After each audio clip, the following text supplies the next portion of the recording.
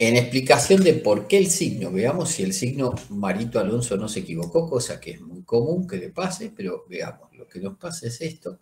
Yo tengo esa superficie en juego y tengo una tensión tau xi.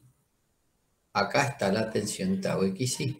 ¿Los dibujitos de las manos mías sirvieron para entender la problemática o no? La distancia, ¿sí o no? Sí, bien, Sí, perfecto. la regla de la mano derecha está clara, ese momento es negativo, pero ¿por qué usted le aplicaría un menos al torsor? No debería estar dado dependiendo para dónde queda la tensión. No te entendí. ¿Por qué le aplico un menos? El momento Es torsor lo decir, asumo positivo, ¿no es verdad? Para que esa tensión me dé coincidente con esa dirección, el ajuste de la ecuación que estoy desarrollando requiere un signo menos, al igual que el signo menos que está acá. Si no me queda menos z, menos mz. Y si no este término lejos de sumar, me resta. Ahora, en función del tau xi que vos tengas, fíjate, si vos tenés un tau xi, te resta en el torsor, en la expresión del torsor. No te lo suma, te lo resta. Si el tau xi fuese negativo, te lo suma junto con el tau xz.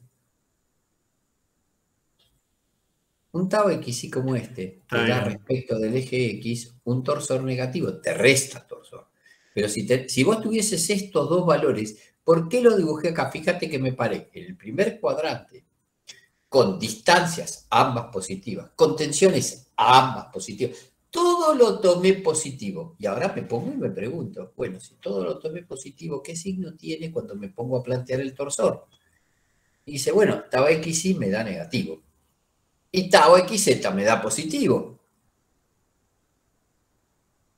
No estaba la duda por los signos los habían aceptado, sino por qué le impuse ese signo.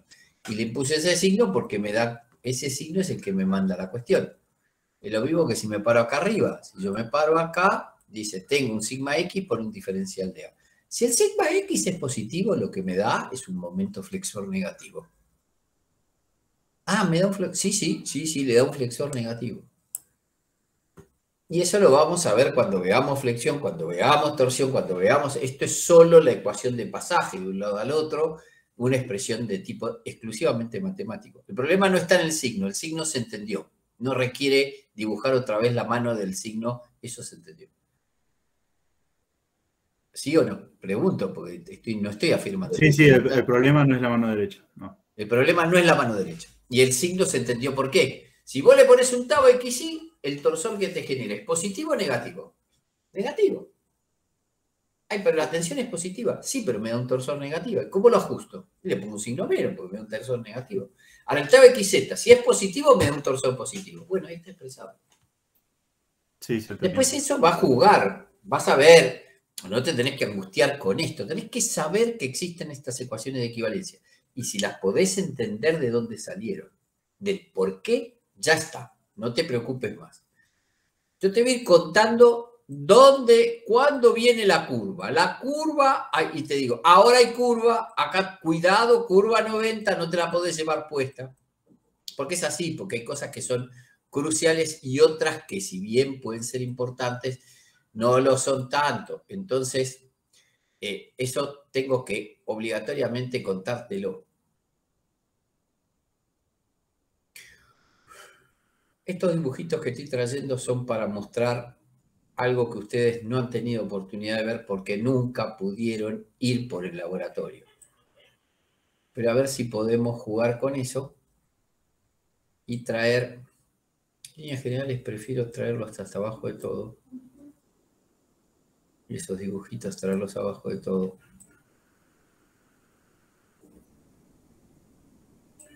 Estas láminas las traigo porque es más conveniente que lo vean en dibujo, que se aproximen, en algunos casos se aproximan a la realidad. Una de las máquinas de las fotos no la tengo, y la otra es exactamente la que está en el laboratorio. Esta que estoy bajando ahora es la que está en el laboratorio. Esta es muy moderna y todo lo que tenemos en el laboratorio son máquinas de museo. Andan, se las actualizó, pero son de museo. Entonces, es interesante que ustedes, ya que no tuvieron oportunidad de verla, van a ver que el concepto es el mismo, puedan verlas a través de fotos, que es lo que tratamos de mostrar. Y ahora, ¿qué vamos a hacer? Nos vamos a meter en materiales. Y dejamos esas fotos para cuando necesitemos hacerlas entrar, las hacemos entrar. Y entonces, ahora decimos materiales. Y empecemos a definir qué entendemos por materiales. Y les pregunto, a ver qué entienden ustedes si yo les digo qué es un material continuo. Vamos a dejar un espacio. Vamos a ir acá abajo, y acá abajo vamos a volver a abrir esto y decir materiales. Y en materiales, yo digo materiales continuos. Es un material continuo. Bueno, es un material que no presenta vacíos.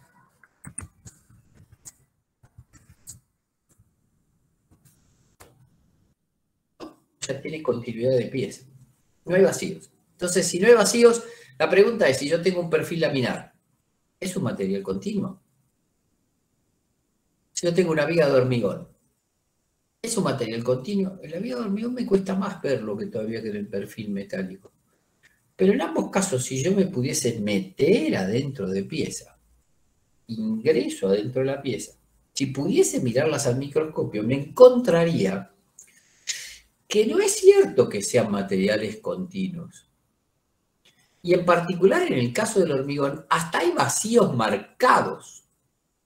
Entonces, ¿por qué asume como hipótesis que este material con el que usted va a trabajar, el desarrollo de toda la resistencia es continuo, a pesar de que no es cierto que es continuo? Porque depende de dónde yo me pare a mirar y cuál sea mi objetivo.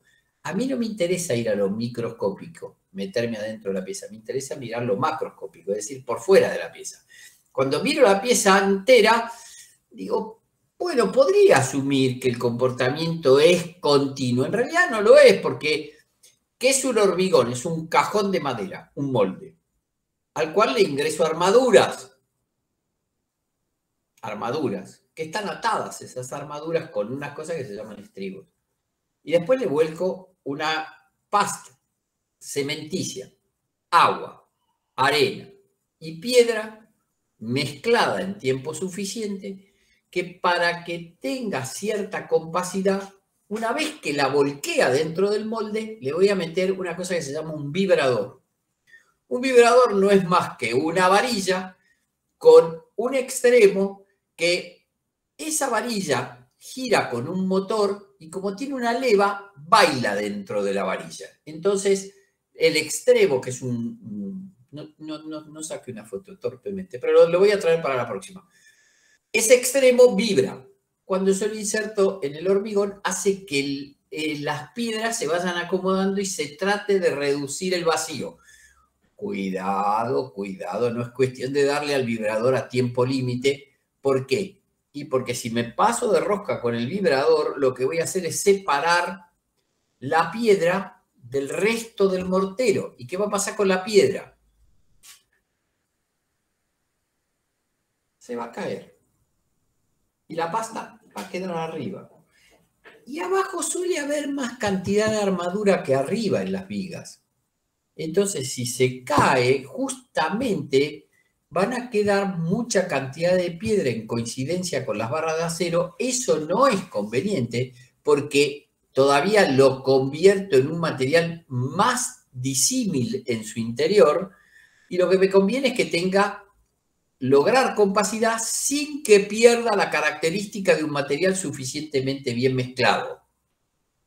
Es más, para que ustedes tengan una idea, hay un concepto que es importante que lo tengan en claro. El hormigón vive fisurado. ¿Cómo siempre está fisurado? Sí.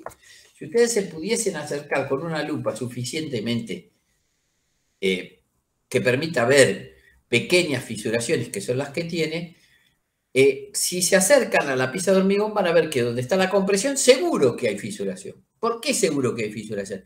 Y porque donde haya tracción, si bien es cierto que la barra de acero lo toma, apenas tira, aparece una liñita que sube en el hormigón. El hormigón vive fisurado, pero si yo me paro afuera de la pieza, Para la resistencia de materiales puedo aceptar que el material es continuo sin que eso me altere demasiado la historia del problema. Sigo. Digo, material homogéneo.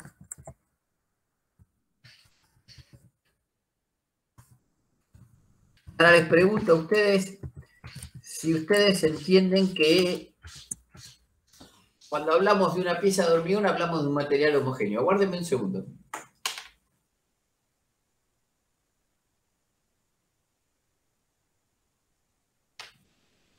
Una viga de hormigón es un material homogéneo. Bueno, miren, si se meten adentro, y acá también podría haber traído una imagen, si se meten adentro y cortan una viga de hormigón o cortan una muestra de un bloque de hormigón, de una probeta de hormigón, encontrarán que van a ver perfectamente lo que es el mortero, agua, arena, cemento y lo que es la piedra. Entonces, homogeneidad significa igualdad de propiedades en todos los puntos. Sí, pero no es cierto, porque si yo me paro y tengo piedra, no tiene la misma resistencia a la piedra, igual propiedades mecánicas en todos sus puntos. Pero no es cierto que la masa de hormigón sea un material homogéneo, está muy lejos de ser un material homogéneo. En realidad es heterogéneo, pero de nuevo si me paro por fuera, podría aceptar esa condición de homogeneidad, sin mayor inconveniente. Ahora, observen, si yo digo material isótropo, espérenme un segundo.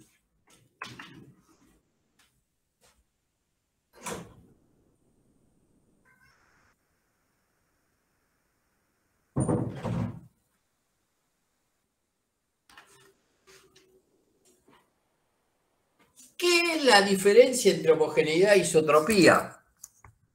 Miren, la isotropía significa, a diferencia del material homogéneo, homogéneo es que yo tengo en cualquier punto a lo largo de la viga las mismas propiedades. Ahora, en el mismo punto, iguales propiedades mecánicas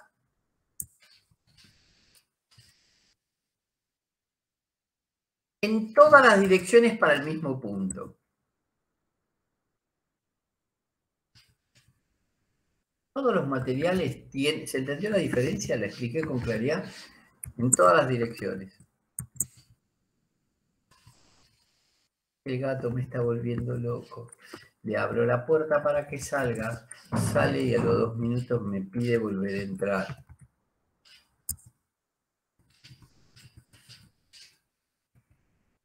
Pero me va a dejar la puerta toda rayada. Espere.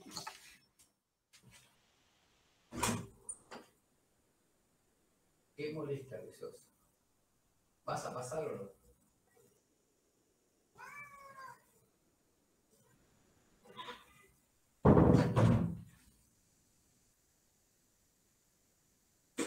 Ahí está.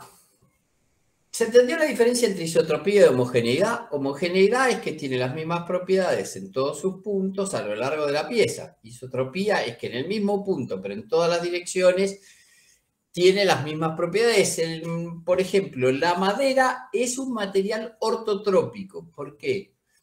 Porque en la madera lo que se acusa claramente es que si yo tuviese que cortar un trozo de madera para meterlo dentro del hogar, si yo lo corto en la dirección de las fibras, es decir, si lo corto en el sentido en que el árbol va creciendo, ahí están las fibras alineadas en vertical. Si yo lo corto en vertical, se va a abrir fácilmente, pero si lo corto transversal, y con el hacha voy a tener que pegarle simultáneamente una cantidad muy grande de veces porque las rigideces son distintas, porque tienen distintas propiedades mecánicas.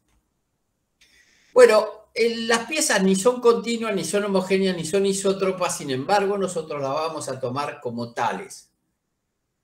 Nos va a servir como un parámetro para poder trabajar.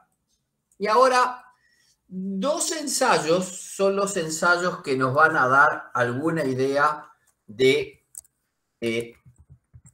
propiedades del material. Entonces, vamos a ver, el primero es el ensayo simple de tracción. ¿Qué es un ensayo simple de tracción? Y acá, ahora sí vienen a cuento las dos láminas que me traje.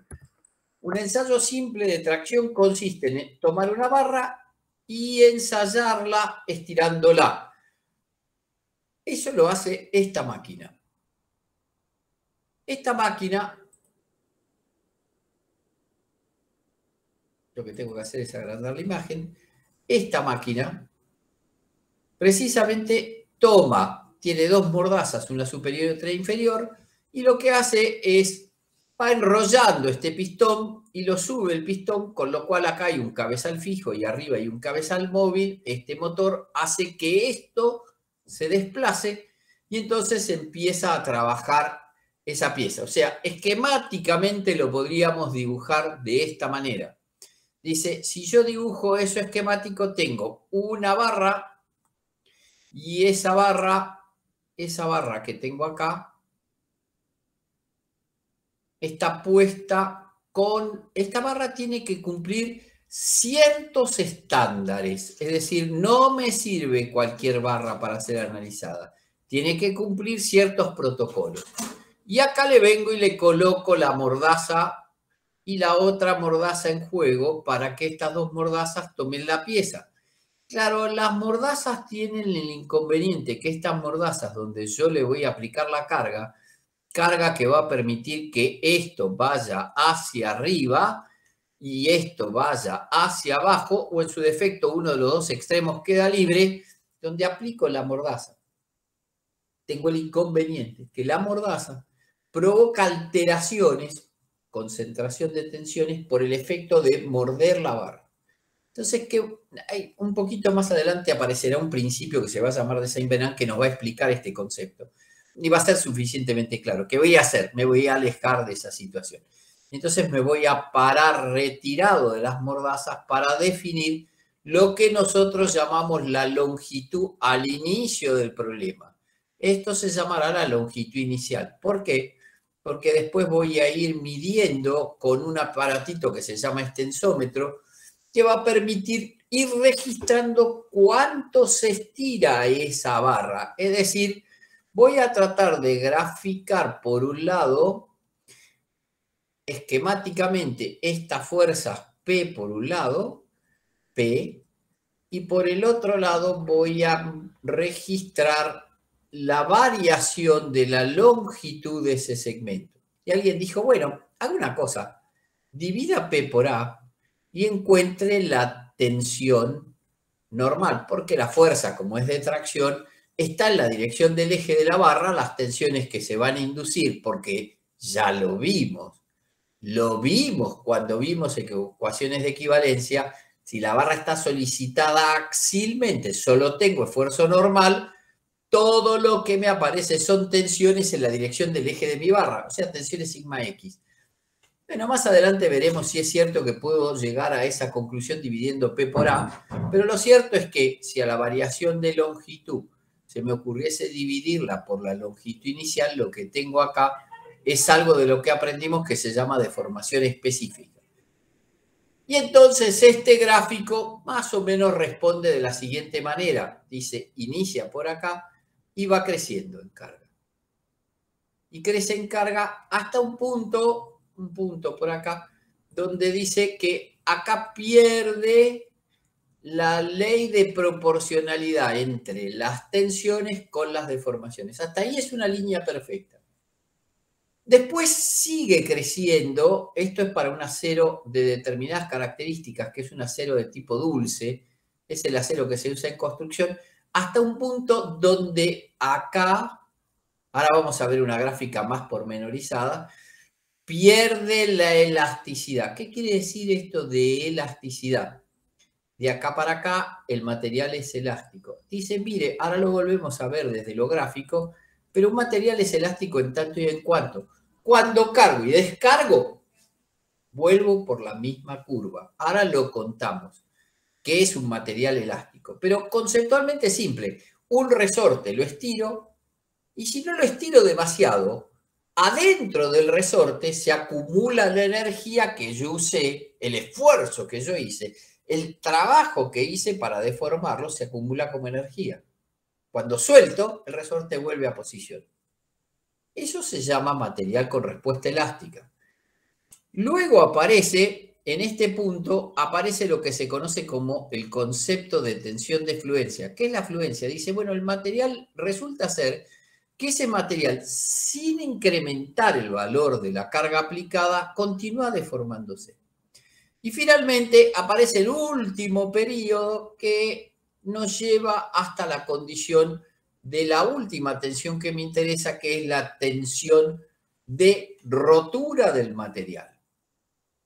De estos, los elementos que son fundamentales que yo aprenda es esta pendiente al origen. Esa pendiente al origen se llama módulo de elasticidad longitudinal. Módulo de elasticidad longitudinal.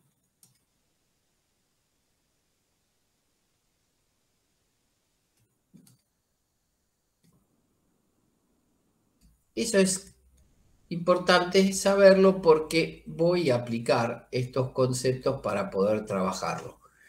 Y entonces, ahora me permito presentarles esta imagen que tiene, por supuesto, mucho más detalles de lo que yo puse ahí en juego, tratando de contarles, pero es simplemente ilustrativa para que ustedes puedan ver qué nos pasó con este material. Y se miren, acá está dentro de lo que se le llama el campo elástico, y fíjense que fue creciendo hasta lo que se llama tensión de proporcionalidad. Esto es un acero con bajo contenido de carbono, es lo que se conoce en construcción como el F24. Un F24 dice, se define el 24 cuando trabajo contra la tensión de fluencia. Acá aparece la tensión de fluencia. Y entonces, miren, la tensión de proporcionalidad está en 190 megapascales. Después vamos a ver de qué se trata esa unidad. El límite elástico aparece definido como 220 megapascales. La tensión máxima que alcanza la fluencia, porque la fluencia oscila, la máxima llega a 240, entre 240 y 250 megapascales. La tensión última dice que llega a valor de 370 megapascales. Claro, acá aparece una separación entre este dibujo indicado en rojo y este dibujo indicado en línea punteada verde. No queremos pormenorizar en esto. Esto es campo de la teoría de los que trabajan en materiales. Hay una materia entera que se llama comportamiento de materiales. Van a hacer foco en esto. No es lo que me interesa a mí, pero sí me interesa contarles de qué se trata como para que tengan una idea de dónde va. A medida que yo voy estirando, aparece que la sección en un punto determinado se empieza a generar una estricción, es decir, una reducción de la sección transversal de la barra. Si yo ajusto en función de esa restricción, tengo estos valores. Pero si dejo los valores reales, es decir, si calculo con el área reducida, ese valor es notablemente más grande. ¿Cuánto más grande? Y dice, mire, la tensión última está en 370, pero la tensión de rotura está en 330. Eso es producto de que al haber una reducción de la sección transversal, producto de que la estoy estirando, se cambia el esquema. Hay algo más importante que esto. Y lo más importante es esto. Hoy lo pregunté a la mañana. ¿Qué pasa si yo en un punto determinado de un proceso de carga, cuando la estoy estirando, se me ocurriese descargarla? ¿Quién me lo cuenta? Le preguntaba hoy a la mañana. ¿De dónde lo saqué? La joven que evalué hoy a la mañana me decía, la pendiente en la descarga coincide con la pendiente al origen. Perfecto. ¿Por qué? ¿De dónde lo saca? En realidad, quien nos lo contó es el laboratorio, porque el laboratorio se puso a ensayar un conjunto de materiales y encontró que esa era la respuesta del material. Si usted procede a descargar una estructura, sea donde sea, responde más o menos casi perfecto con una descarga elástica. ¿Qué me interesa? Me interesa este módulo de elasticidad longitudinal, porque ese es uno de los dos elementos que tengo en juego. ¿Dudas? inquietudes, alguna pregunta que nos haya quedado en juego Sí, yo acá. no entendí esta pendiente N. O sea, si lo soltás Acá en N, lo en esta que está descargas ahí acá, el material. Sí, si lo descargas al material. Ya no pasó si vos el... venís, si vos venís Se cargando el deformó y material, no volvería. ¿cómo, perdón? No te escuché, no Digo, te si estás entendí. ahí, no se deformó ya el material El material se deformó, sí. y ya pasó Pero, el módulo elástico, sí, pero entonces no volvería a... Tipo, no se encogería de nuevo. Ponele. no te entendí. Trato de explicarte a ver si te ayudo. Imagínate el resorte otra vez, lo estiramos y ahora lo estiramos más. Suelto.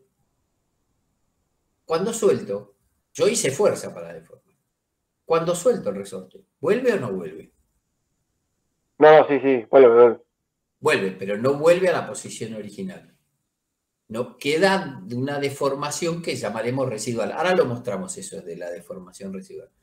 Lo cierto es que cuando vuelve, vuelve con una respuesta precisamente igual al pendiente elástica, vuelve con esta pendiente.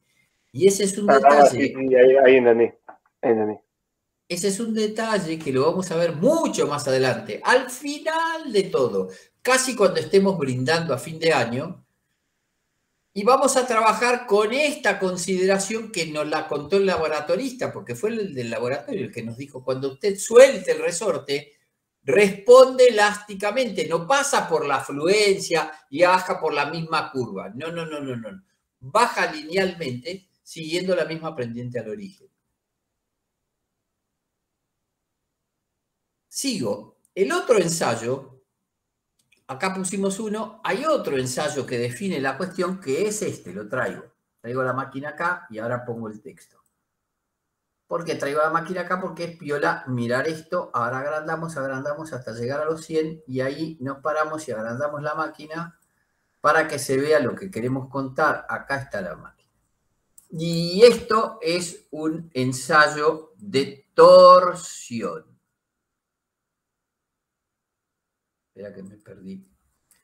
Este es un ensayo de torsión. Lo cuento con la máquina y lo esquematizo para que se entienda. ¿Por qué utilizo este ensayo de torsión? Porque necesito otro módulo que define la característica del material. Ahora pongo una probeta. Esa probeta vuelve a estar estandarizada. Esta máquina está exactamente en nuestro laboratorio. Esta probeta tiene un cabezal giratorio y un cabezal fijo. Cabezal fijo con un prisionero. Yo ajusto la probeta para que no se pueda mover.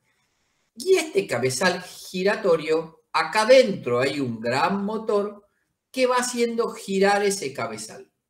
Y entonces la barra, la probeta, se va deformando a torsión. ¿Qué mido acá en este cuadrante? Bueno, mido cuál es el torque o el par torsor que le aplico y a la vez puedo medir cuál es el ángulo de giro que sufrió esa probeta. ¿Voy bien hasta acá? ¿Se entiende lo que digo? Porque te estoy buscando el segundo y después paso a definir conceptos que no definí y que requieren ser definidos.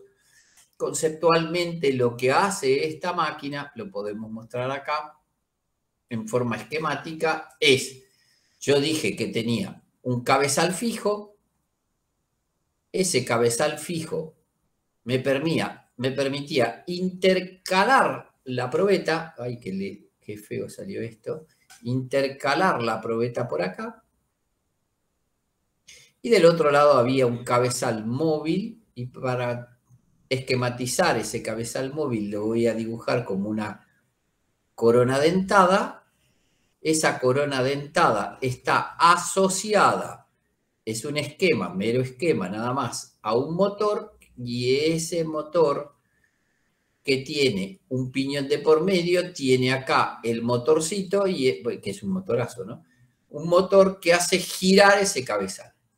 Entonces, si yo tengo una barra de sección circular, que es la que estoy manejando, como la que tengo acá, dice, de un lado aparece como empotrada, acá está como empotrada la barra, Y lo que estoy haciendo es, si esta era la posición original, dibujo una generatriz, dibujo un radio, a medida que le aplico un torque, esto se va a ir poniendo en esta posición, perdón, se va poniendo así, exageradamente la deformada. Y acá aparece el giro entre esta cara y esta cara. Acá hay un giro. ¿En qué dirección es el giro? ¿En qué dirección giró? Con respecto al eje X. Correcto, es un giro en X porque acá yo tengo mi terna referencial y Z, o sea que es un giro en X. Y entonces acá me apareció un giro en X. Perfecto. Dice, tengo un giro en X. Y entonces podemos hacer un esquema de representar, por ejemplo, cuánto es el torsor que le aplicamos y cuánto es el giro que se fue suscitando. Más adelante, por ahora no puedo contarlo porque no tengo las herramientas, voy a hacer una conversión y voy a aprender a convertir eso en tensión tangencial. La expresión que lo va a gobernar dice que es el momento torsor sobre el polar por el radio, pero digamos, hoy esto no me interesa en lo más mínimo. Y a vamos a ver cuando veamos torsión, vamos a cambiar esto por este. Y entonces, de nuevo, aparece el valor que a mí me interesa, que es, arranca en 0 cuando no tiene par aplicado y va creciendo linealmente. Y la pendiente, que es uno de los parámetros se los llama intrínsecos del material, propios del material, es una pendiente que me define lo que se conoce como el módulo de elasticidad longitudinal. No era esto lo quiero suprimir. Lo que quiero es escribir módulo de elasticidad longitudinal. Módulo de elasticidad longitudinal.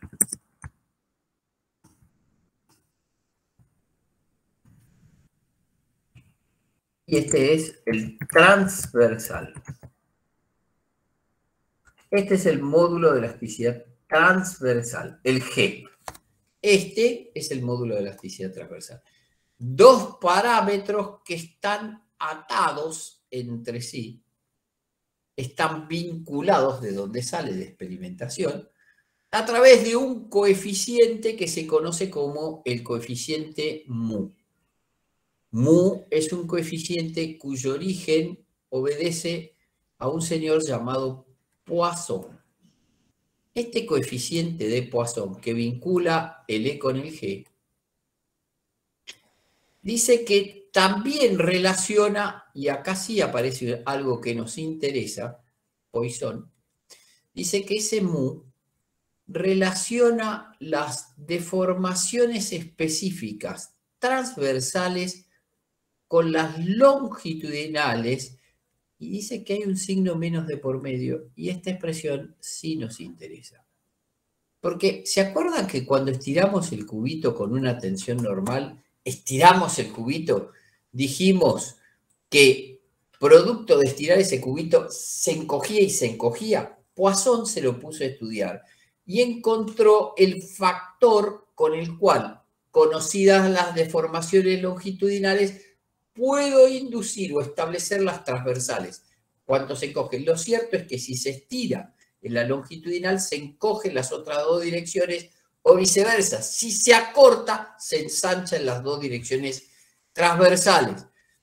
Y se demuestra, no es motivo por el momento de demostrarlo, que hay una relación vigente entre los dos que dice que el módulo de elasticidad transversal es igual al módulo de elasticidad longitudinal con Poisson de por medio. Son los tres parámetros que gobierna este coso y dice 1 más mu. No la demostramos por el momento, la escribimos, necesitamos meternos de lleno en solicitaciones características. Más adelante procuraremos hacer el desarrollo de esta expresión. Ya encontramos que 3 son los parámetros, E, G y mu. Si tengo esos 3 parámetros, tengo definido el material. Y ahora podríamos jugar con hacer un pequeño repaso de material para finalmente unir tensiones con deformaciones como un primer paso de este problema. Y entonces les propongo lo siguiente. Yo había dicho que había materiales elásticos y dije que el material era elástico en tanto y en cuanto ese material fuese y volviese por la misma línea. Entonces lo esquematizo de esta manera. Digo, diré que un material es elástico. No importa cuál sea la función, en tanto y en cuanto la carga y la descarga de ese material respeten línea. O sea, si el material en el proceso de carga tuvo este desarrollo hasta acá y hasta acá fue la carga del material, en la descarga, si es elástico, dice que vuelve por la misma función. Perdón por la combinación azul-amarillo, hay alguno que le puede llegar a gustar, a mí no son los colores que más combinaría. Dice, acá termina la descarga. No deja deformaciones residuales.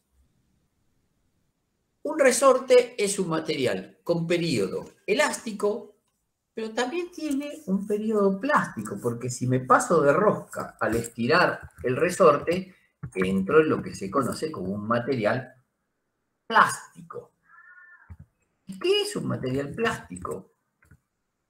O, si ustedes quieren, elastoplástico, pero no vamos a pormenorizar en el detalle del material, porque más adelante vamos a tener que volver con más detalle. Dice, bueno, si el comportamiento dice que entre la carga y la descarga no vuelve por la misma curva, diré que tengo deformaciones residuales de mi estructura. O sea, el resorte me queda estirado. Dice, la carga fue por acá y llegó hasta acá. Y en la descarga vino siguiendo la pendiente al origen. Y esta fue la descarga. Con lo cual, lo que apareció como resultado acá abajo es una deformación residual. Acá tengo esto como deformación residual del sistema. O sea, el resorte estirado. Y creo que son amigables. Bueno, diré que un material es frágil y otro será dúctil. Entonces, ¿cuándo un material es frágil y cuándo material dúctil? Material frágil. Material dúctil es, bueno, por ejemplo, el acero que estábamos estudiando es un material dúctil. ¿Por qué es un material dúctil? Porque se deforma mucho antes de que alcance la rotura. Y ahora les pregunto, a nosotros, a los ingenieros civiles, cuando hacemos construcciones, nos interesa que las estructuras tengan una respuesta dúctil o frágil. ¿Qué les parece? Dice, bueno, primero cuénteme qué es uno y qué es otro y después yo le contesto. Bueno, perfecto, mire. Este podría ser un material dúctil.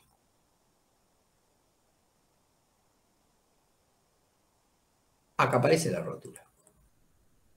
Ahora, un material frágil es un material que en líneas generales lo que tiene es que alcanza valores de tensiones mucho más altos, pero tiene un agravante. Si bien es cierto que se carga mucho más que el anterior, lo que suele suceder es que estos materiales frágiles no avisan cuando se rompen. Dice, ese material tiene una respuesta de este tipo. Siempre estoy pensando en materiales. Cuando pienso en materiales, pienso en tensión de formaciones, siempre. Dice, ese material ahora tiene una respuesta que arranca por acá, crece, crece, crece, crece, crece, crece, crece, crece, crece, y por acá rompe. O sea, alcanza tensiones de rotura más grandes. ¿Cuál de los dos utilizarían para construir?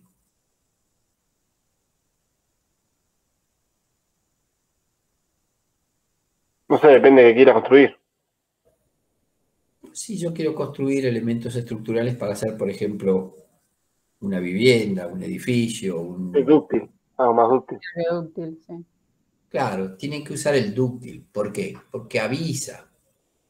Y yo necesito que me avise. Si le pongo un material frágil, Cuando me avisó ya se cayó. Entonces, eso se va a llamar cuantía de hormigón. ¿Qué es la cuantía de hormigón? Dice, mire, aunque usted no necesite ponerle hierros, una cantidad mínima de hierros le va a tener que poner. ¿Por qué?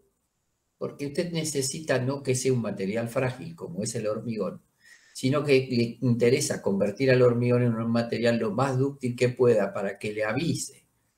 Cuando usted ve que se empieza a fisurar, dice, bueno, corramos, es tiempo de salir de acá. O por lo menos de apuntalarlo o de intervenir para asegurar la seguridad estructural del edificio. Pero si no me avisa, estoy en problemas. Hay un comportamiento que se lo conoce como la ley de Hooke. Y es porque esta ley de Hooke habla de un concepto que se llama linealidad. Van a ver que estas linealidades definen parte de lo que nosotros necesitamos. En cursos superiores estas linealidades se permiten sacarlas porque no es que se verifican siempre, que es una linealidad mecánica o ley de Hooke. Dice, mire, si usted se limitase a estudiar el material en el periodo elástico, ya sea por tensiones normales o tangenciales, cualquiera de las dos, encontraría que para estos, estudiándolos dentro del periodo elástico, usted podría asegurarse una relación existente entre ambos. ¿Por qué? Porque dice, mire, el periodo elástico habla de una línea. En el periodo elástico hablo de una línea. Quiere decir que si yo conozco la deformación o me dan la deformación, podría sacar a través de esta expresión lineal cuánto vale la tensión en juego. O al revés, si me dan la tensión, podría sacar la deformación. ¿Por qué? Y porque todo está asociado con esta pendiente. Y entonces, dada la tensión, puedo sacar la deformación y la relación que lo gobierna dice, si vinculo tensiones con deformaciones, lo hago a través del módulo de elasticidad. Y no sé qué le pasa, que está jorobando y está haciendo doble raya, que no es lo que quiero. Si lo paro acá, estoy en lo mismo, en el periodo elástico lineal. Si me paro ahí, puedo sacar este valor que tengo acá. Dice, yo conocido la distorsión, puedo conocer la tensión, conocida la tensión, puedo conocer la distorsión. Nosotros nos vamos a quedar en una primera etapa. Solo al final vamos a salir de esto. Y nos vamos a quedar por acá. Entonces, ¿qué vamos a hacer? Bueno, como no nos interesa meternos dentro del problema de los periodos de fluencia, bueno, vamos a aceptar definir una tensión por acá, que vamos a decir, bueno, vamos a hacer una cosa, vamos a definir por acá o por acá una tensión admisible. ¿Qué es una tensión admisible?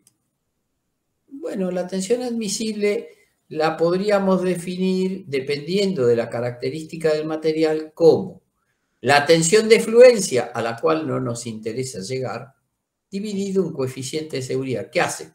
Nos separa de la tensión de fluencia. También podría ser que el material salga definido, esta tensión admisible, porque no presenta tensión de fluencia y sale definido como la tensión de rotura sobre un coeficiente de seguridad. Siendo CS coeficiente de seguridad, lo escribo acá abajo, coeficiente de seguridad. CS es un coeficiente, lo escribo a mano porque si no... CS es coeficiente de seguridad.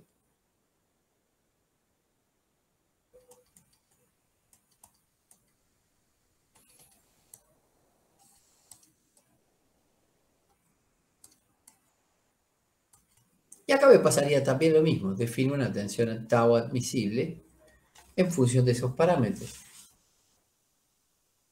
Si yo me paso de la tensión de fluencia, voy de nuevo a ese concepto que tenía acá, donde, esto ya lo conté, nos aparece esta deformación residual, que no es lo que busco. Por eso es que me quedo dentro del período elástico o de lo que di en llamar la linealidad estática, mecánica, perdón, linealidad mecánica. Y ahora podríamos intentar, visto estos conceptos de materiales, podríamos intentar escribir, si es que nos animamos, a ver si nos animamos a escribirla. Yo propongo escribir una relación. La relación que propongo es escribir las relaciones entre las tensiones y las deformaciones.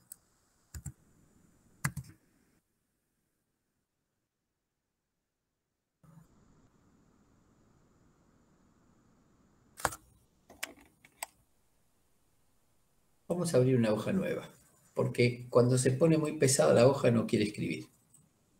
Entonces acá nos va a servir, y después copio las hojas y las escribo. Pero vamos a escribir las relaciones entre las tensiones y las deformaciones. A ver si las podemos escribir.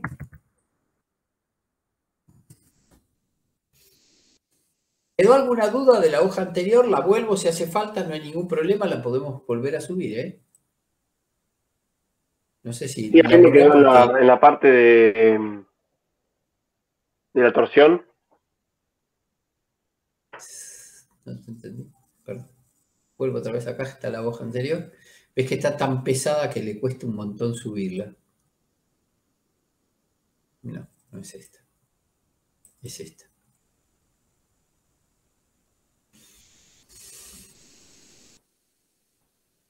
El abrió. Es que hemos hecho un montón de hojas ya. Por eso es que esto se torna pesado. No sé qué me preguntaste, pero entiendo que me preguntaste. Al final de todo. Al final de todo, y hasta el final de todo.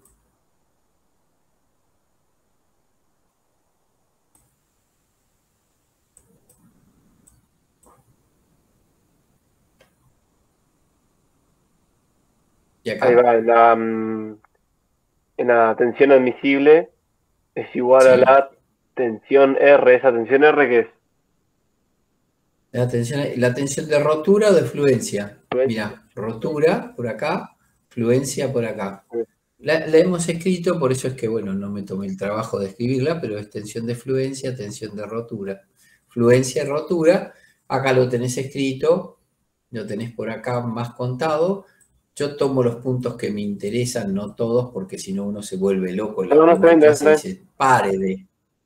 Mira, esta es la fluencia, la que te aparece como esta, deformaciones sin aumento de carga, y la rotura puede ser esta o esta. Nosotros no trabajamos, a lo sumo trabajamos en este periodo, fluencia y rotura.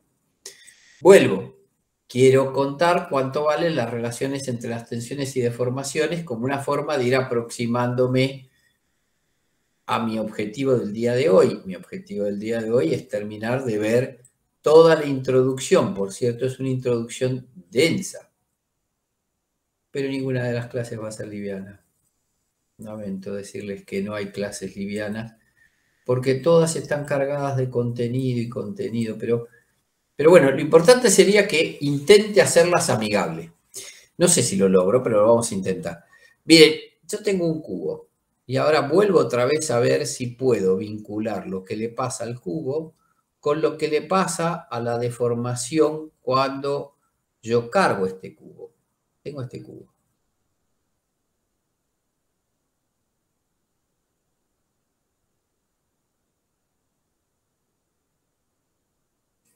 Y cargo. Cargo con una tensión normal. Sigma X.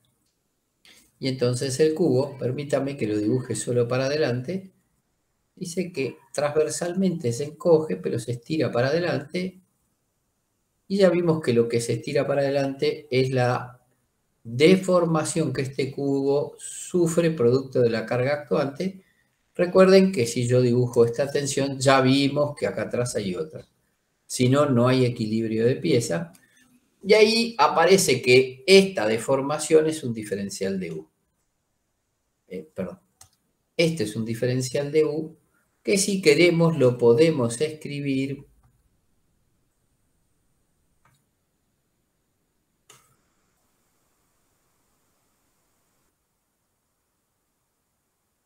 ¿Se acuerdan? Como la deformación por unidad de longitud multiplicada por la longitud del elemento que estoy estudiando, la longitud del elemento es un diferencial de X. Y acá viene la pregunta. Si yo planteo que tengo una tensión en X y me paro a analizar qué le pasa en la dirección de X, qué le pasa en la dirección de Y y qué le pasa en la dirección de Z. Bueno, si yo pudiese escribir este término, que es el término que me interesa escribir, este término, ese término, si lo pudiese escribir, uy, que eso quedó fatal, no se ve un pito, vamos a cambiarle el color, a ver si con otro color puedo contar eso más atenuado, ahí parecería que el epsilon X se ve. Dice, si yo pudiese relacionar tensiones con deformaciones específicas, después puedo, jugando con las longitudes, calcular los desplazamientos que sufre la barra. Ahora, la pregunta es, en X, ¿cuánto vale epsilon X? Dice, espere, eso sé respondérselo, porque mire, usted me contó recién que se iba a quedar estudiando el comportamiento de las barras, pero dentro del campo lineal mecánico.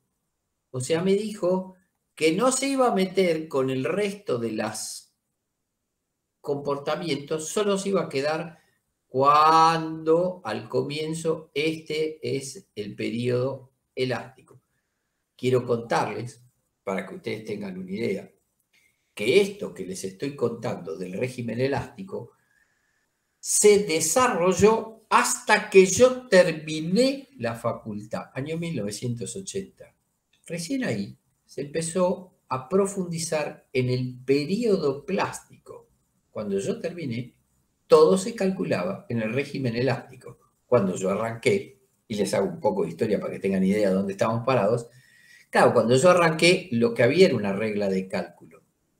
Al año siguiente apareció una computadora chiquitita que hacía las 4 operaciones. Me dice, a la flauta.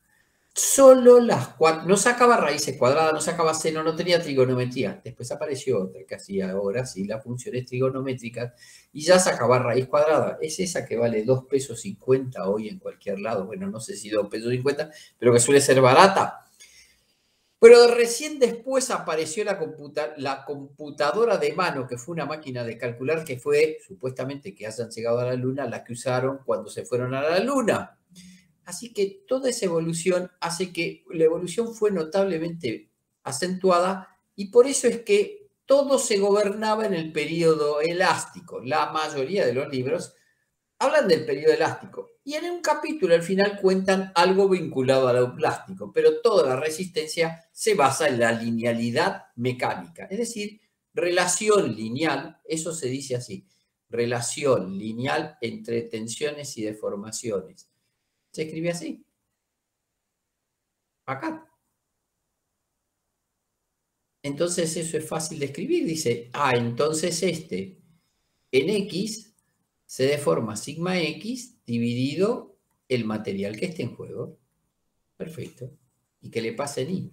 Dice, bueno, acá vino don Poisson y contó que la relación era esta. Dice, menos las transversales respecto de las lineales.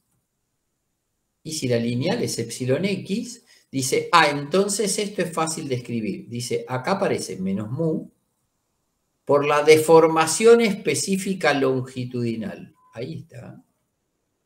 Y acá dice que también aparece menos mu por la deformación específica longitudinal. ¿Fui claro en este armado?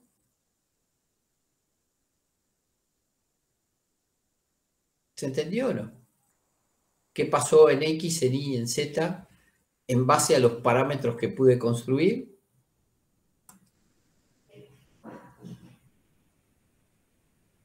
No sé si es un sí, un no o nada.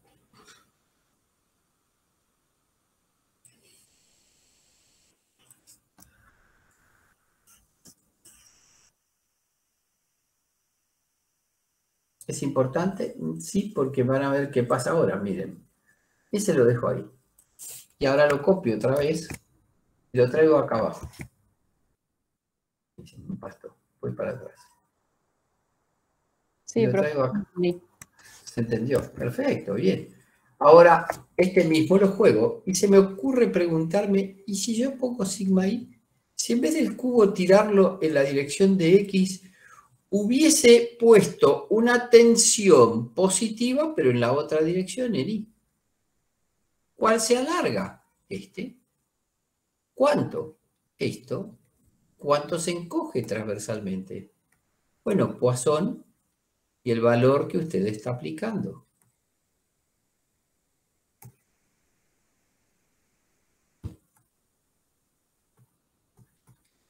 ¿Y qué pasa si lo hace en Z?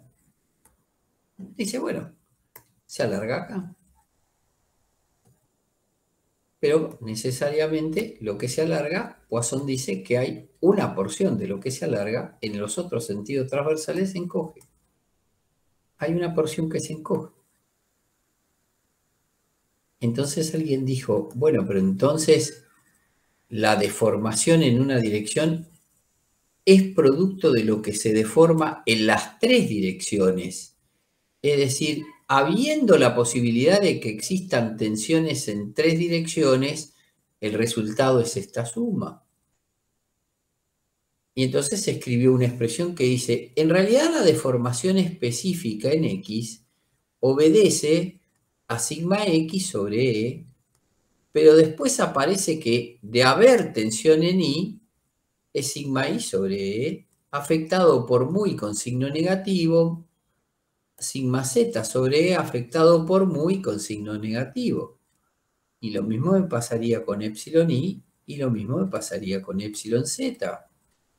O sea, ahí aparece, si quieren lo escribimos, ahí aparece esta otra en juego.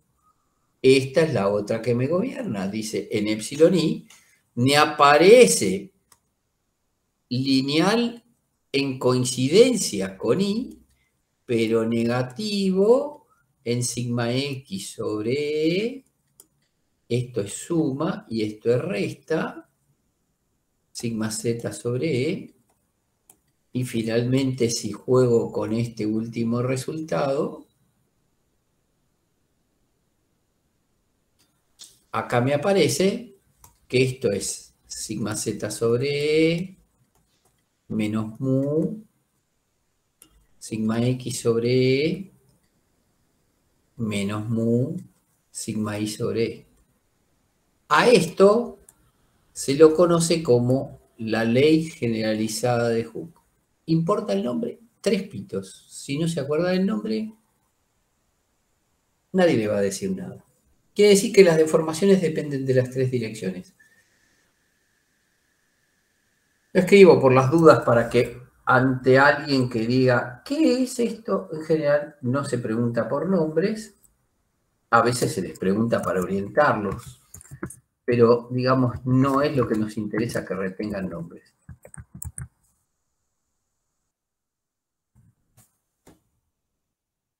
Y ahora, para cerrar este capítulo de relaciones entre tensiones y deformaciones, les propongo armar una matriz. No soy adicto a las matrices porque me parece que distorsionan la visión del problema, pero creo que por otro lado ayudan en alguna medida a comprender una parte de este problema. Nos ayudan a visualizar alguna de las cosas. ¿Qué quiero hacer? Quiero graficar, por un lado, de este lado, más que nada para que les quede en claro la idea de resumen de lo que venimos charlando. Digo, esto es epsilon X, esto es epsilon Y y esto es epsilon Z. Y ahora cambiemos el color. Acá aparecen las distorsiones XZ, perdón, hay que seguir el orden. XY para que quede ordenado. O sea, lo puedo escribir para cualquier lado, pero lo peor es que quede ordenado. Y Z, ZX. O sea, voy combinando siguiendo el orden alfabético. Acá va a aparecer una matriz grandota.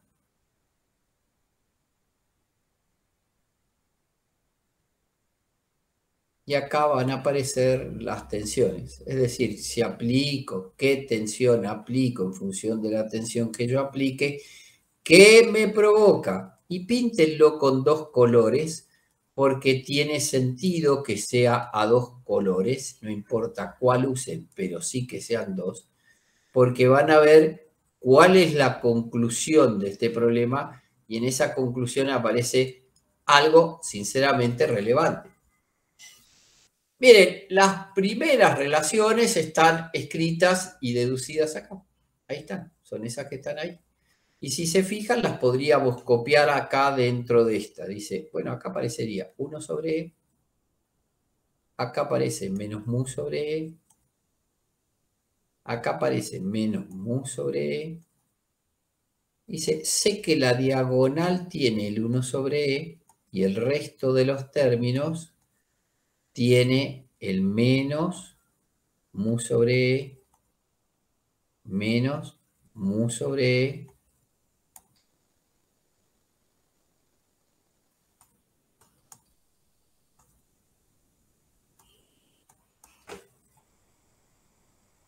¿Qué hice? Bueno, como estoy armando una cuestión matricial, dejé acá términos que no impuse acá adentro porque ya están escritos acá.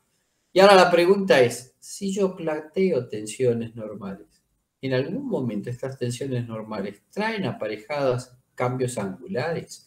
Y lo que habíamos visto en el cubo es que el cubo se estira, se alarga o se encoge, pero conservando los ángulos originales. Entonces, si eso es así, yo podría particionar esta matriz en 4 submatrices. ¿Por qué? Porque esta es 0. No hay cambios angulares cuando lo que aplico son tensiones normales. Hay variación de longitud, pero no cambio angular. Pero ahora me paro al revés y ahora digo, bueno, pero si aplico tensiones tangenciales, hay alargamientos. No, señor, no hay alargamiento. ¿Y cuánto valen las distorsiones angulares? Dice, miren, las distorsiones angulares responden a ese diagrama que construyó hace un rato, que dice que tengo tensiones contra distorsiones angulares, diagrama que por ahora no sabemos de dónde corno salió, ese pasaje del torsor y del giro a convertirse en tensiones tangenciales y distorsiones. Un poquito más adelante lo vamos a ver, un poquito bastante, pero lo vamos a ver, y acá aparece que las tensiones están asociadas a las distorsiones angulares por esta expresión que es la ley que gobierna, ley de Hooke o linealidad mecánica. Quiere decir que si le aplico un tau xi, aparece un gamma xi. Pero no aparece, no genera cambios angulares en las otras 2 direcciones. Y ahora, miren este cubo imaginario que tengo en mis manos. ¿Se acuerdan del cubo que yo tenía? Acá está el cubo, ¿lo ven? Si yo le aplico estas tensiones tangenciales, se convierte en este rombo. Lo muestro a través de esto. Se convierte en este rombo. Pero el rombo respecto de la tapa superior, la pared esta vertical respecto de la tapa superior conserva ángulo a 90. La pared respecto de esta lateral conserva ángulo a 90. Es decir, no impacta dando distorsiones angulares ni acá ni acá. Dice, lo mismo le pasa acá. Y lo mismo le pasa acá. Quiere decir que el resto de los términos son 0, 0, 0 y 0. Y esa es la imagen que yo quería dejar en la cabeza del alumno. Que las tensiones normales generan alargamientos longitudinales, que las tensiones tangenciales generan cambios angulares solo en la dirección donde tengo aplicadas las tensiones, solo en esa dirección y no en otra dirección. Una cosa que me olvidé de contar, que lo encuentro en la expresión, es yo en algún momento cuando hice la presentación, perdón, ¿quedó alguna duda de esto? estoy repasando qué me falta dar para cerrar la clase de hoy. Creo que vamos bien. Nuestra clase termina a 10:30. Bien, todavía estamos dentro del margen. Entiendo que ya deben de estar más que cansados, agotados, pero vamos a terminar de armar los pocos conceptos que nos quedan, que no son muchos, y que nos van a ayudar a dejarnos parados en el inicio de la clase que viene, que es solicitación AXIL. Hasta donde lleguemos, llegamos, y la clase que viene, lo faltante lo retomamos y nos metemos de lleno en la primera solicitación. Pregunto, estas relaciones entre tensiones y deformaciones, ¿se entendieron? Recuerden, no hace falta retener la matriz, hace falta retener qué impacta en cada lado. O sea que si le aplico tensiones normales, solo genera longitudinales y no distorsiones angulares y al revés. ¿Alguna duda? No. Sí, perdón. No sé qué dijiste, si alguna duda o me dijiste ninguna. Yo justo dije que no, pero alguien también habló, así que no sé si también tenía una duda. Yo si me escriben en el chat, como no lo tengo a la vista, no puedo saber qué me están escribiendo porque no los veo. Solo veo mi pantalla y sé que del otro lado hay alguien, pero no tengo el chat. Así que pregunten en voz alta, somos 10, así que es muy amigable. La charla es una clase particular para 10 alumnos, está bárbaro. Tienen la posibilidad de preguntar. De 2 más 2 en adelante, yo contesto, no tengo historia. Yo quería contarles un término que no lo conté en el momento de la presentación cuando les di la bienvenida, que decía que es viscoelasticidad. Estaba en la estabilidad 4, o sea que hay tiempo para aprenderlo. Pero como me lo encontré acá en las presentaciones que tengo al lado mío, dice que viscoelasticidad es esta relación tensión-deformación, evolucionan los materiales a lo largo del tiempo. ¿Qué quiere decir? Que yo voy a alcanzar un valor de tensión y de deformación asociado a la carga cuando le aplique el total de carga. Entonces dice, bueno, fenómeno, eso está. No, espere.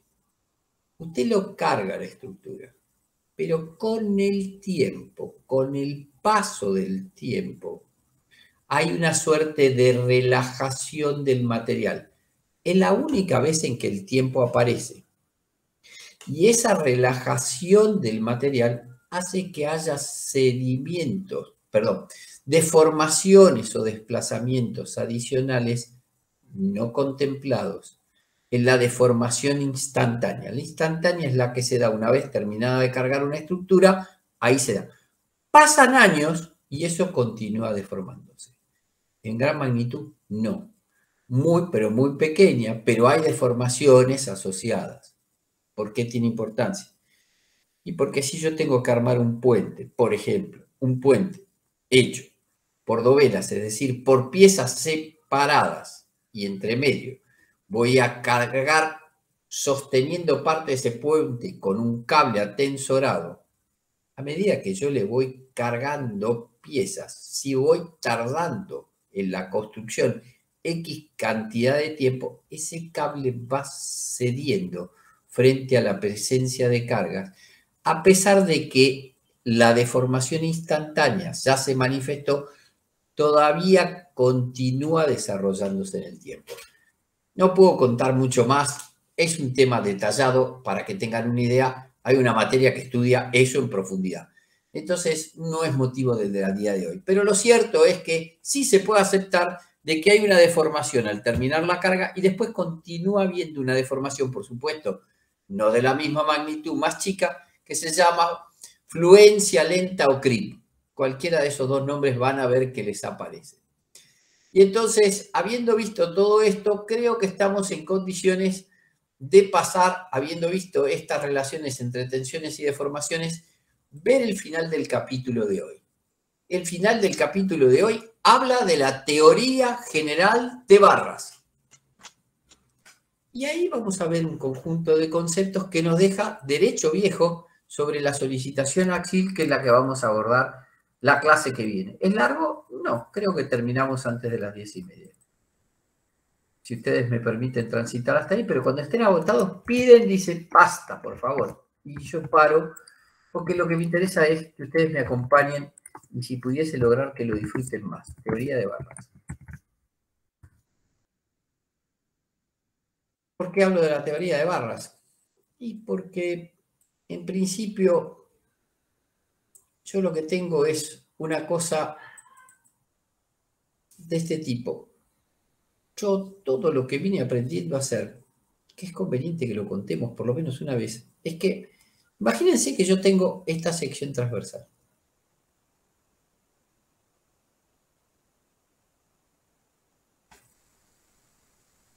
Y yo me permito desplazar hacia atrás esa misma sección transversal o hacia adelante la misma sección transversal. Y lo que estoy armando es un elemento que se podría llamar barra. Esto es una barra. Predomina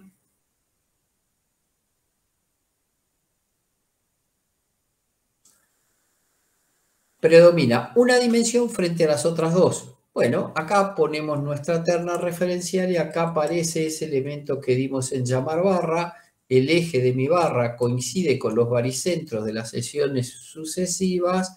Acá está la terna referencial y acá tenemos lo que hemos denominado una barra. ¿Qué hicimos? Desplazamos hacia atrás y hacia adelante una sección para generar este elemento. Esta es una superficie plana. Esta es la superficie plana que nosotros fuimos corriendo de lado a lado.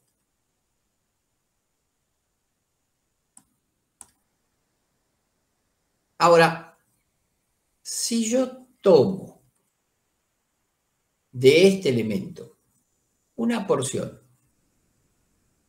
acá,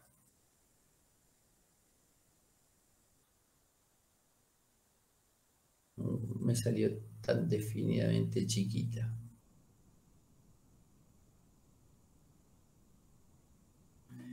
Tal que la separación entre estas dos secciones sea muy pequeña. ¿Cuán pequeña? Un diferencial de longitud, un diferencial de X. Es decir, esa pieza, podríamos decir que es esta pieza que estoy rayando acá. Ahí se ve la rebanada que me estoy dando. Es como si cortase una feta de jamón. Acá tengo una feta de jamón. Digo, lo que estoy construyendo es esta pieza.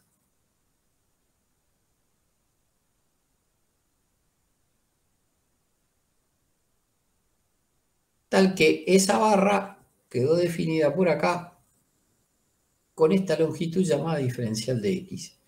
Y a este elemento infinitesimal, con toda la sección en juego, pero infinitesimal en longitud, lo voy a llamar rebanada de barra.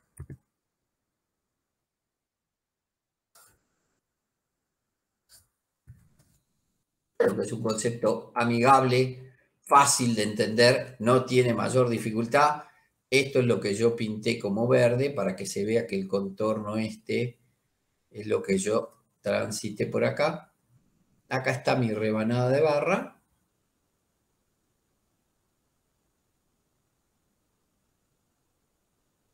Ahí está.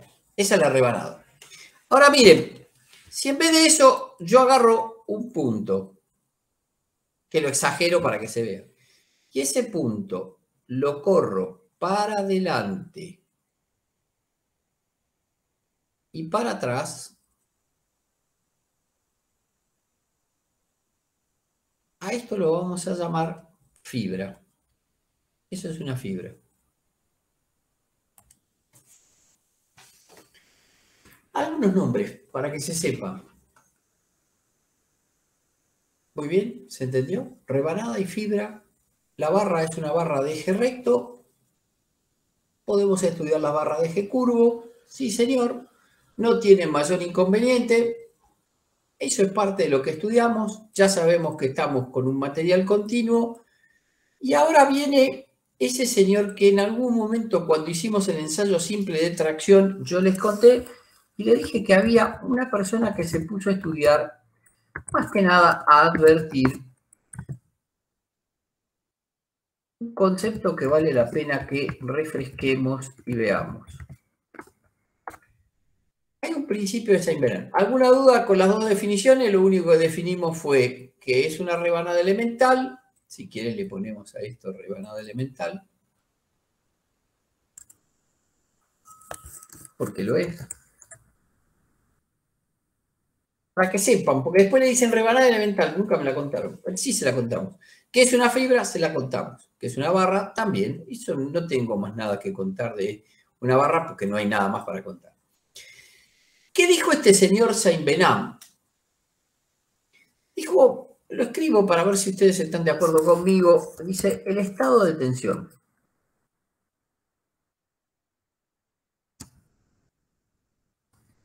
Como es una definición, las estoy copiando. En puntos interiores de un sólido,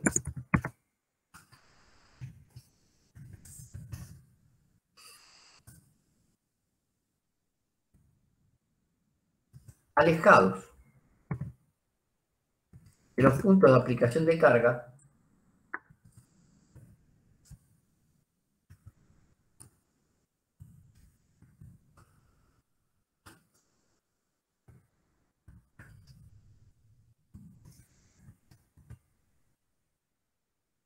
es independiente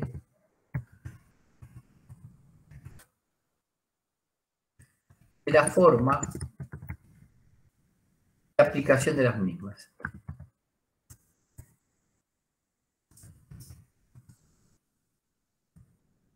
No entendí nada. Espere, ahora se lo voy a contar. Mire, va a ver cómo enseguida lo entiendo. Porque no es un concepto difícil, es un concepto más o menos fácil, que fue el que nos dijo, salga de donde las mordazas actúan porque le va a perturbar los resultados. El estado de tensión. Y se lo muestro de esta manera, a ver si lo puedo contar. Miren, yo tengo una pieza empotrada, la más simple que se me ocurre. Empotrada. Y acá está la barra.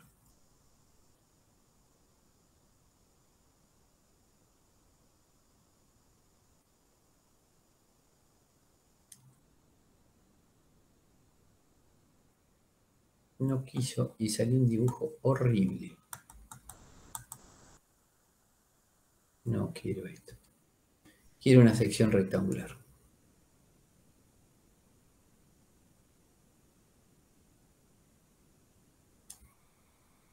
La quiero dibujar por lo menos 2 veces.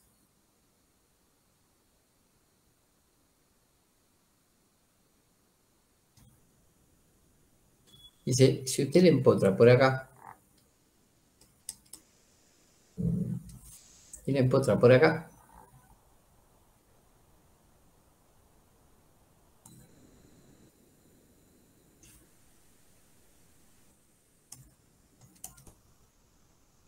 ahí está empotrada, las 2 barras son iguales, con la misma sección transversal.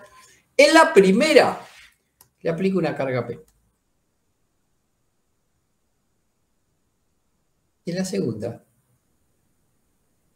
le aplico una carga distribuida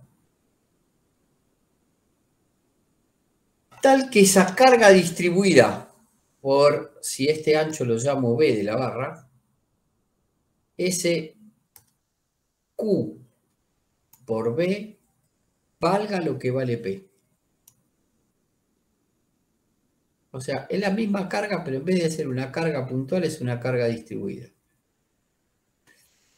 Si yo pudiese meterme adentro de la pieza, me encontraría que la trayectoria de tensiones tiene que ver con una forma más o menos así. ¿Qué es la trayectoria de tensiones? Las líneas de tensiones internas que responden con igual valor. Entonces dicen, mire, más o menos esto daría una cosa así. Díganme si ustedes aceptan lo que yo dibujo.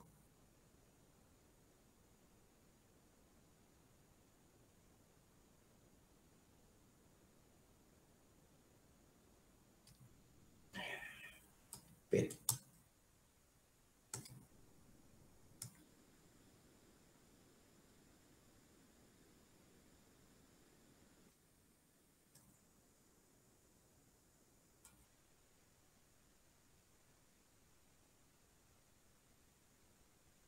Mientras que en esta.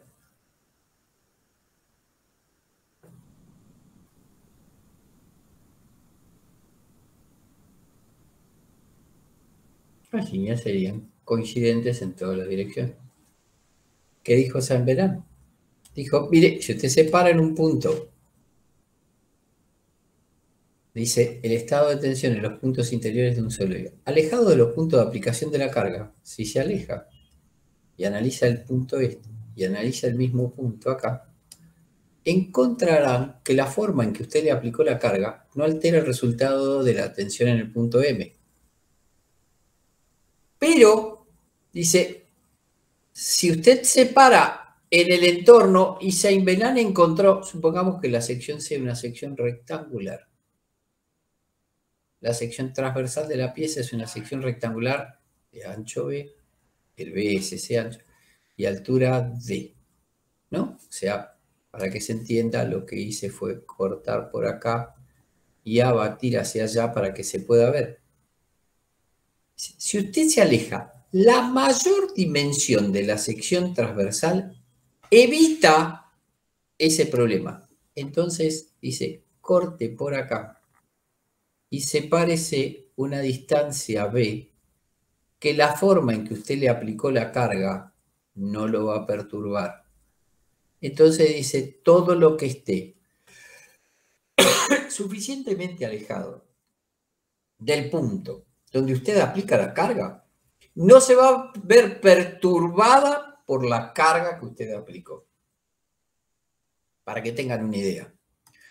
Si ustedes tienen que analizar una estructura, y ahora me meto en la estructura que más deben de haber visto, supongamos una estructura de este tipo, lo que Saint Bernard nos está contando es que acá va a haber fuerzas concentradas, acá va a haber fuerzas concentradas, acá hay una fuerza aplicada.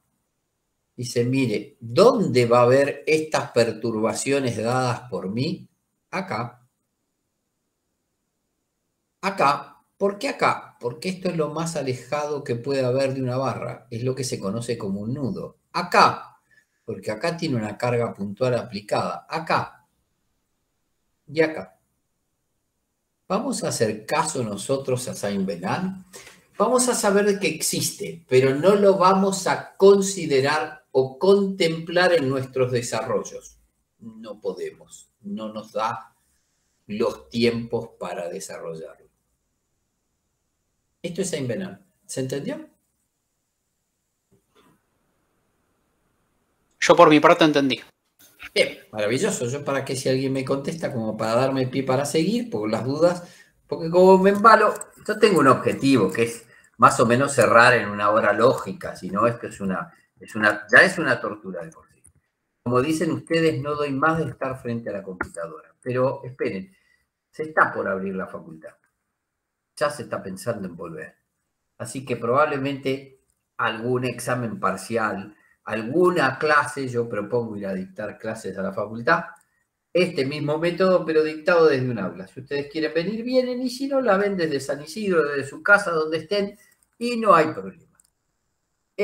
Hay un concepto que es fácil, es amigable, es simple, habla de la linealidad. Otra vez hablamos de linealidad. Hay 3 linealidades que gobiernan este problema y se los necesito contar.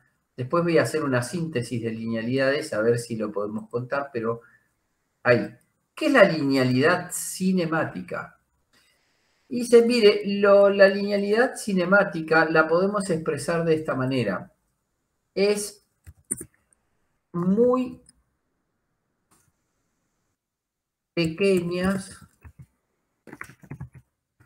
desplazamientos. O sea, piensen en la viga que tienen delante de su casa, piensen en cualquier elemento estructural que ustedes hayan visto y van a ver que las deformaciones que sufren esos elementos son muy, pero muy pequeños. Y entonces les pregunto, si yo les digo que un elemento estructural deformó 40 centímetros, ¿es pequeño o grande? ¿Salí corriendo? No necesariamente. Vos sabés que yo estuve arriba de eso y no salí corriendo. Al contrario, fui muy feliz.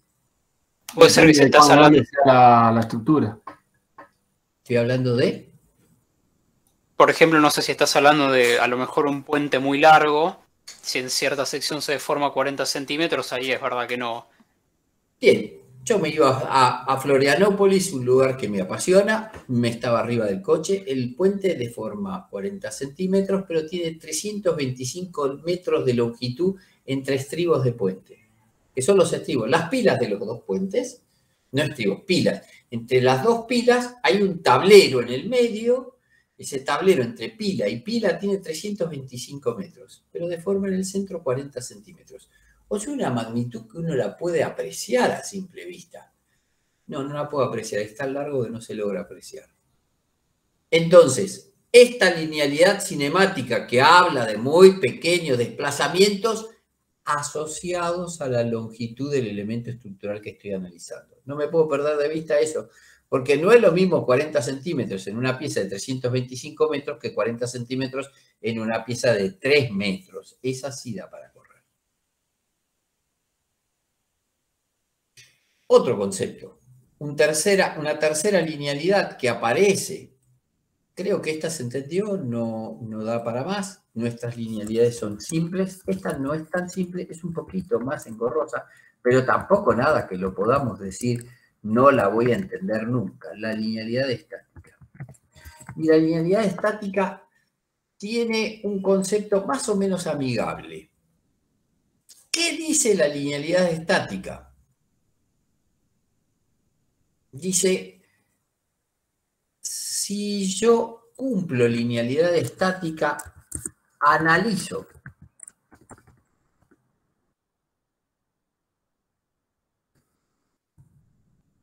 quedó todo en mayúscula, que era lo que no quería. Analizo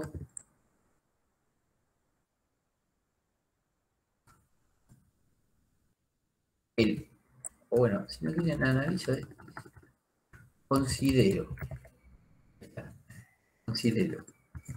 el equilibrio prescindiendo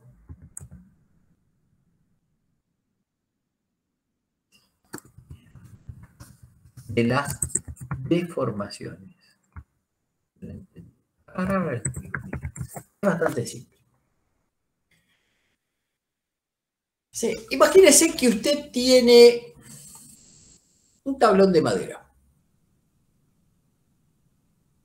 Y ese tablón de madera está apoyada sobre dos pilas o sobre una pared, si ustedes quieren. Está apoyado sobre esta pared y está apoyado sobre esta pared. Estoy construyendo y necesito transitar por arriba de este tablón, me paro en el punto medio. Me paro en el punto medio para simplificar el planteo. Peso una carga P, y si yo les pregunto cuánto valen las reacciones en este punto y en este punto. P sobre 2, cada una. Perfecto. Y ahora te pregunto, el tablón se deforma.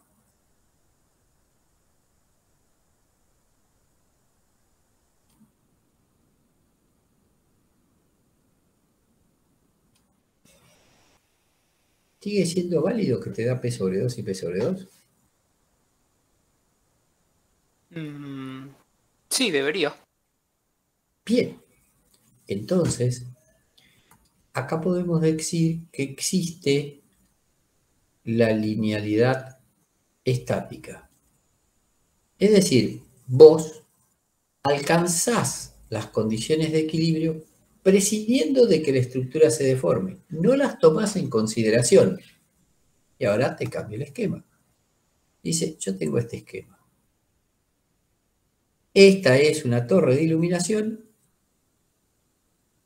Por ejemplo, para no entrar en conflicto, la torre de iluminación de la cancha de Vélez, que probablemente la hayan visto. Esa iluminación de la cancha de Vélez tiene una línea de focos de iluminación que están puestos así. Es una columna muy alta, es un tubo metálico y los focos que iluminan la cancha están adentro de este parante. Ahí.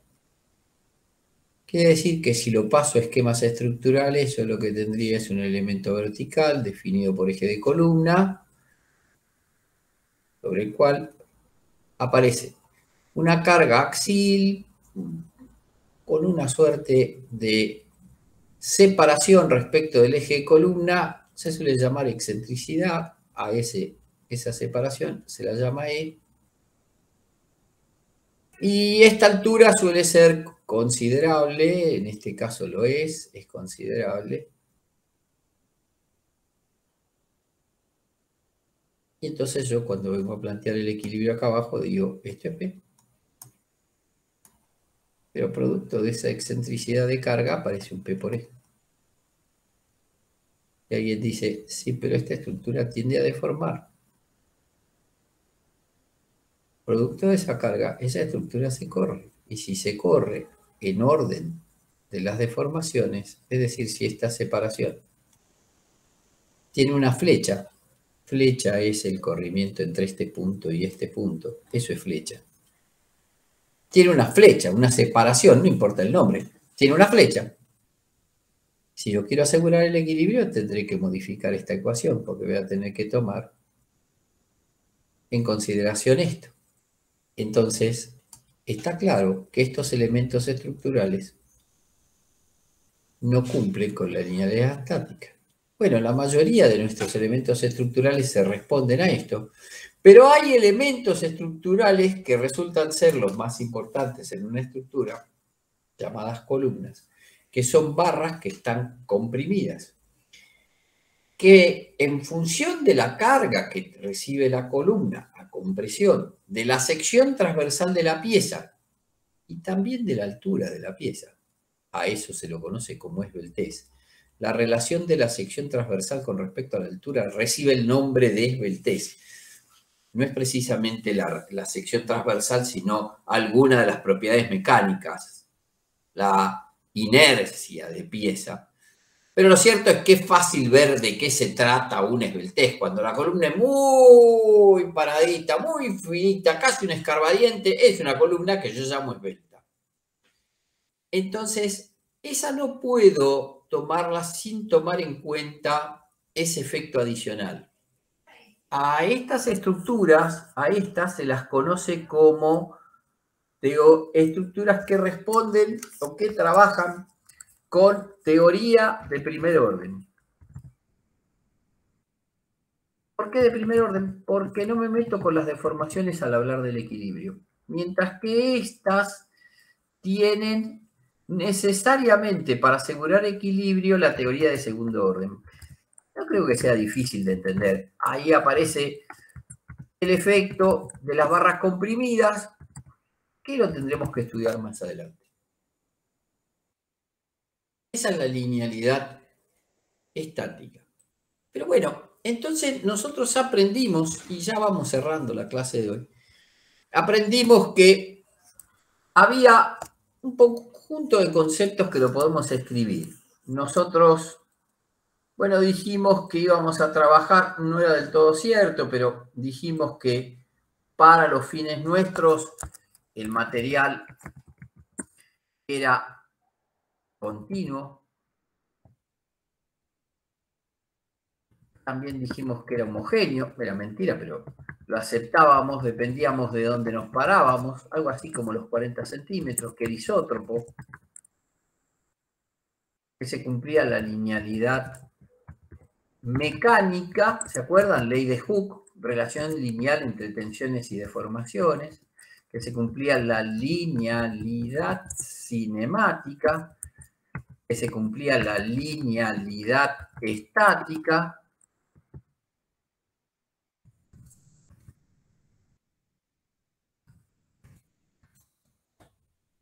Todo eso contamos hasta ahora de esto en la teoría general de barras, que es lo que venimos contando, pero alguien dijo, mire, si se cumplen estas tres en simultáneo, se cumple el PSE.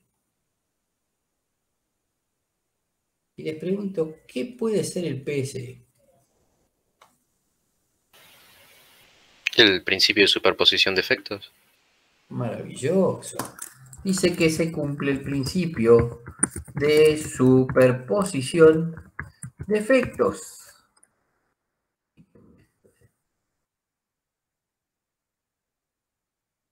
Ya cerramos, ¿eh?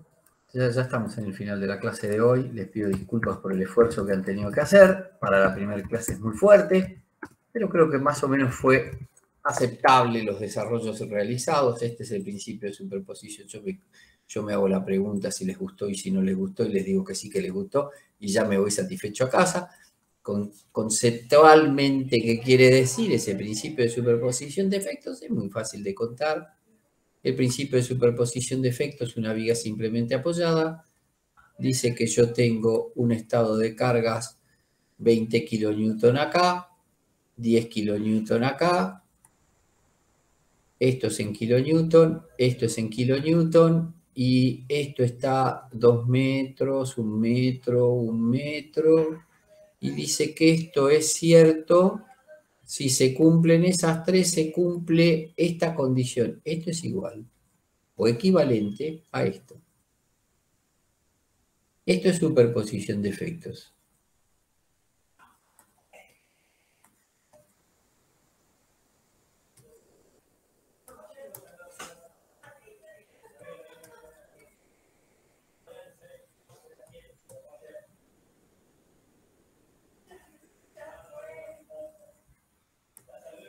Yo creo que se entiende, pero igualmente lo dijo dibujado para que a alguien no le quepa duda de lo que estoy diciendo.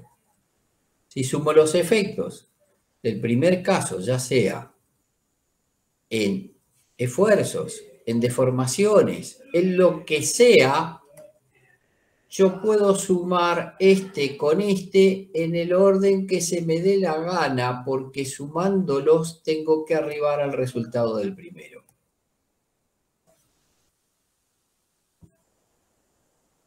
¿Dudas? ¿Inquietudes?